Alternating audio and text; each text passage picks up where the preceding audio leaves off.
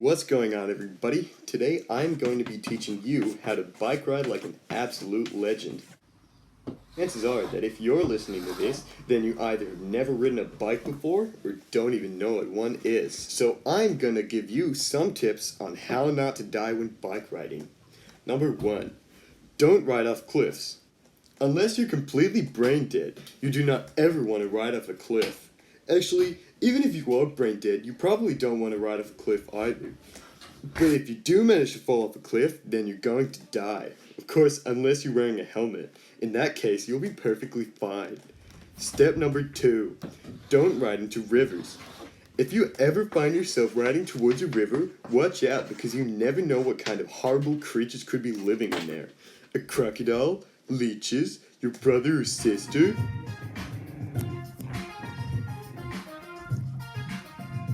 Also, you don't want to be getting your clothes wet because that would suck. Remember, a life jacket whenever you're riding anywhere. Even though you look like an idiot, flash floods happen, so always be prepared. I had a friend Jimmy who used to not wear a life jacket, and then this happened. Step number 3. If you're in a car and you see a cyclist riding on the side of a highway, make sure you're 1.5 meters away from them if you're driving over 60 kilometers per hour. If it's under 60, then stay a meter away. If you don't do that, then the chances of you knocking them into the ditch on the side of the road increases.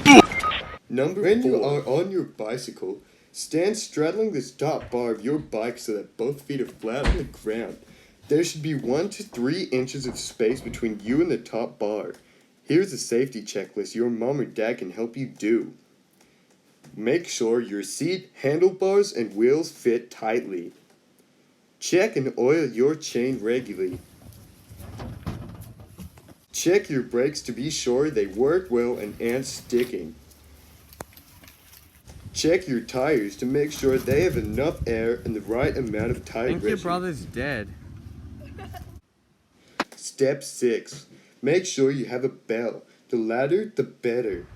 I have made some adjustments to mine to show you all what your bike bell should sound like.